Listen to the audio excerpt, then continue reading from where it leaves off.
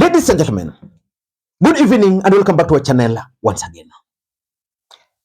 For the first time since his impeachment, Rigathi Gachagua destroyed William Ruto ruthlessly. And if there's one thing which William Ruto will live to regret, in my view, was the decision to engineer the impeachment of Rigathi Gachagua. Because personally, I don't see how William Ruto is going to overcome the aftermath of that impeachment, especially in the mountain. Earlier today, Rigathi Gachagua attended a church service in Murang'a, and he also attended some Mount Kenya festival, the peace concert at the Uhuru Stadium in Murang'a. And Rigathi Gachagua brought the stadium to a standstill.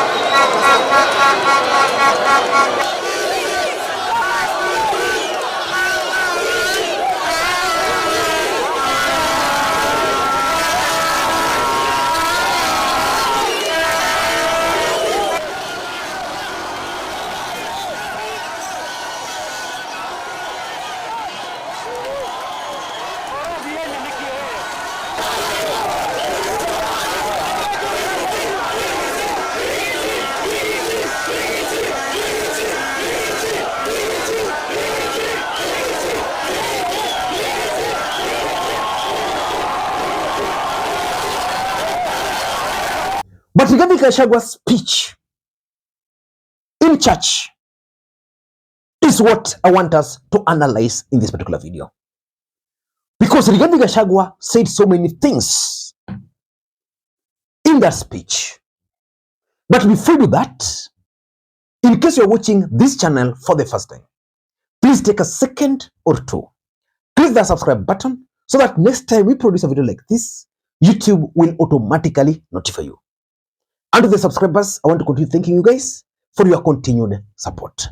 Because without that support, this channel cannot be where it is. Ladies and gentlemen, without any further ado, allow me to dive in. Let us first of all begin this analysis by breaking down Rigathi Gachagua's speech in church, where he destroyed William Ruto mercilessly.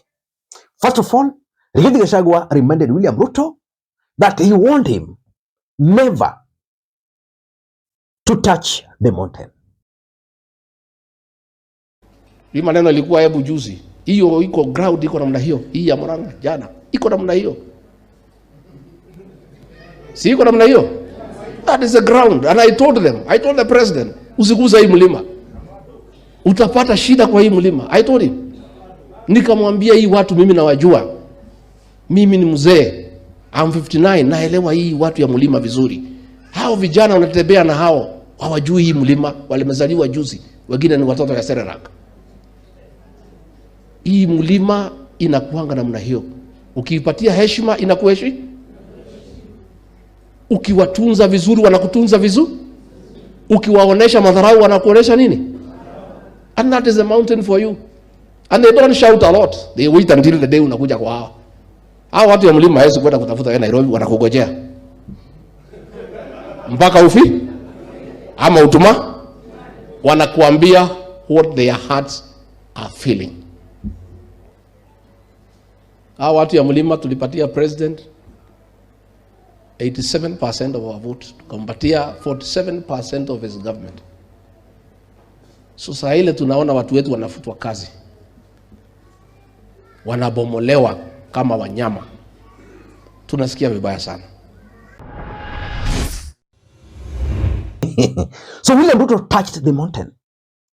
And you could even tell from the way Rigathi Gachagua entered that stadium the kind of reception he received.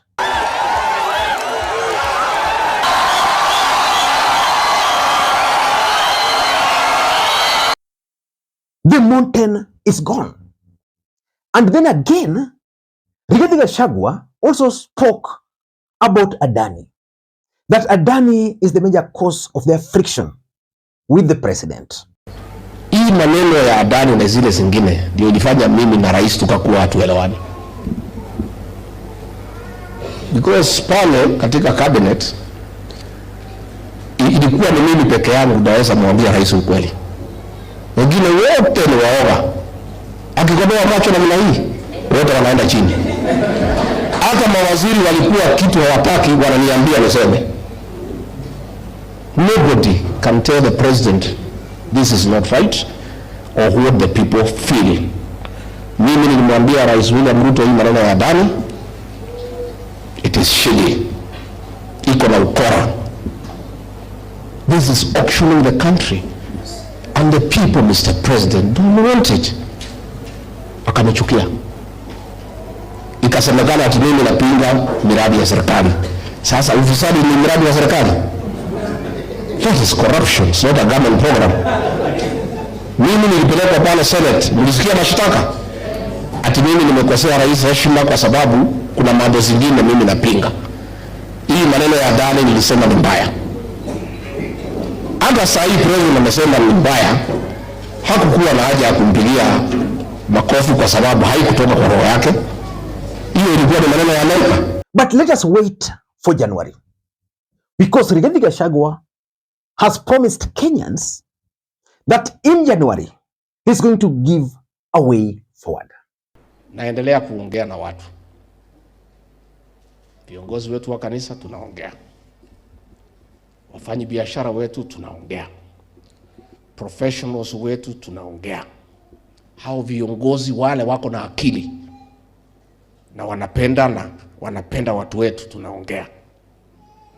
Januari hii nitamueleza vile tumesikizana.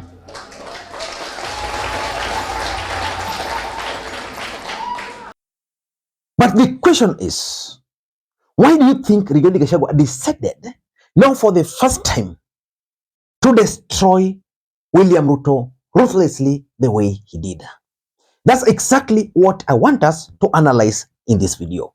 Again, before we do that, allow me to take this opportunity to introduce you guys to LemFi. LemFi is a mobile money app for users in the UK, Canada, and the United States of America to send money back to Kenya. They offer the best exchange rates and the money will be delivered instantly into your M-Pesa account, Airtel Money account, and of course, if you want, directly into your bank account. You can use the link in the pinned comment to download the app. Ladies and gentlemen, why do you think Rigathi Gachagua, for the first time, decided to take William Ruto head-on after his impeachment? Because we all know that after his impeachment, Rigathi Gachagua has always avoided direct confrontation with the president. For me, Rigathi Gachagua is doing this because of the following. Number one, I think Rigathi Gachagua has now realized that the mountain is now ready, and therefore he wants to take the war directly to the doorsteps of William Samoei Ruto. Remember, Rigathi Gachagua was very strategic in his approach. Rigathi Gachagua never wanted to be a Kenyan leader. Rigathi Gachagua only wanted to be Mount Kenya kingpin. So when he was being impeached, Rigathi Gachagua made that impeachment appear as if it was an impeachment of the mountain. And that's why William Ruto decided to nominate as his deputy president Professor Kithure Kindiki, because initially there were even talks that William Ruto was considering appointing Musalia Mudavadi or even Raila Odinga. In fact, if you are to ask me, if Ruto had appointed Mudavadi and or Raila Odinga, it would have still served the same. Served him better, because right now we are talking of a president who was a deputy president for the mountain, but without the support of the mountain. So I think Rigathi Gachagua just wants now, because of the hostility of the ground, to take the war directly to the doorsteps of William Ruto. And you can clearly tell that from the event yesterday in Murang'a during the burial of the MCA, when the ally of Rigathi Gachagua, Joe Ruto, the senator from Murang'a, decided to take William Ruto, Oscar Sudi, and all other pro-William Ruto leaders head on. Number two, I also strongly believe that what Rigathi Gachagua is trying to do is that Rigathi Gachagua is now trying to consolidate the mountain. He has realized that the ground is with him. But how can he consolidate the mountain? He can only consolidate the mountain by doing what he's doing. You see, that event in Uhuru Stadium, that was not his event. According to sources, he was not even supposed to attend it. But he was informed that there's this event and so many people had joined. So if those people didn't want Rigathi Gachagua, there is no way they would have allowed Rigathi Gachagua to even enter the podium. I want to ask you, let's assume it was Kindiki who had gone to that event. Do you think the people would have cheered him the way they cheered Rigathi Gachagua? So in my view, I think Rigathi Gachagua is now trying to consolidate. William Ruto used the church. What is Rigathi Gachagua trying to do? Rigathi Gachagua is also trying to use the church to win the hearts of the mountain. Or let me put it this way, Rigathi Gachagua is also trying to use the church to campaign William Ruto in the mountain, because William Ruto used the same church to campaign Uhuru Kenyatta. Number three, which is very, very critical, I also strongly believe that Rigathi Gachagua is doing this as part of his strategy to sustain the anti-William Ruto sentiments in the mountain. As we speak, William Ruto has become very unpopular in the mountain.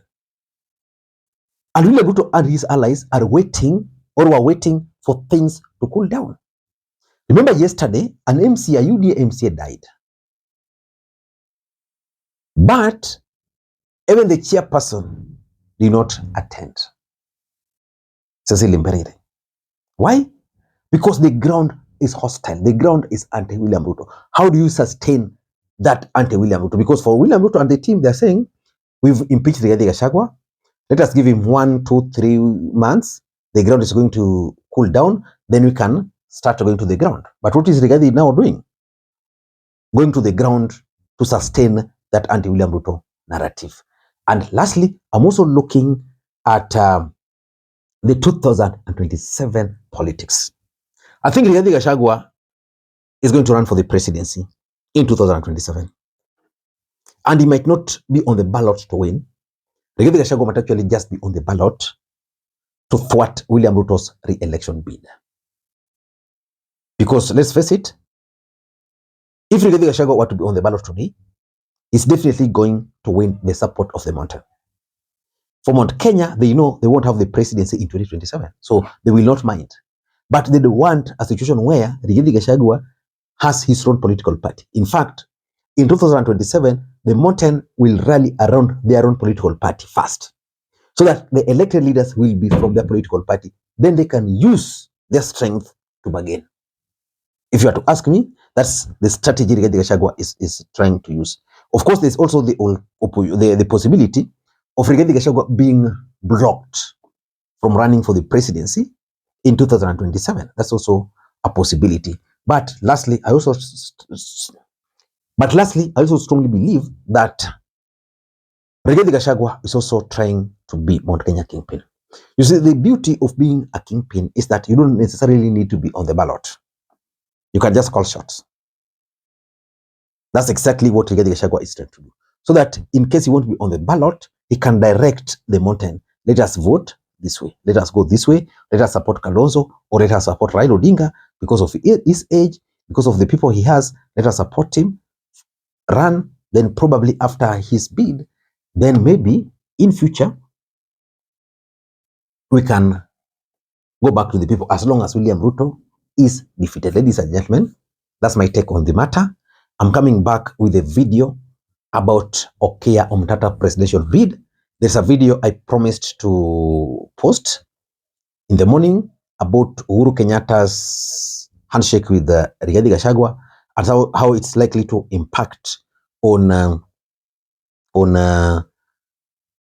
2027 presidential elections in the Republic of Kenya. That video is already, it's ready, but I'm not going to post it. I'm still doing some editing. Until next time, this is Makwiny. Bye-bye.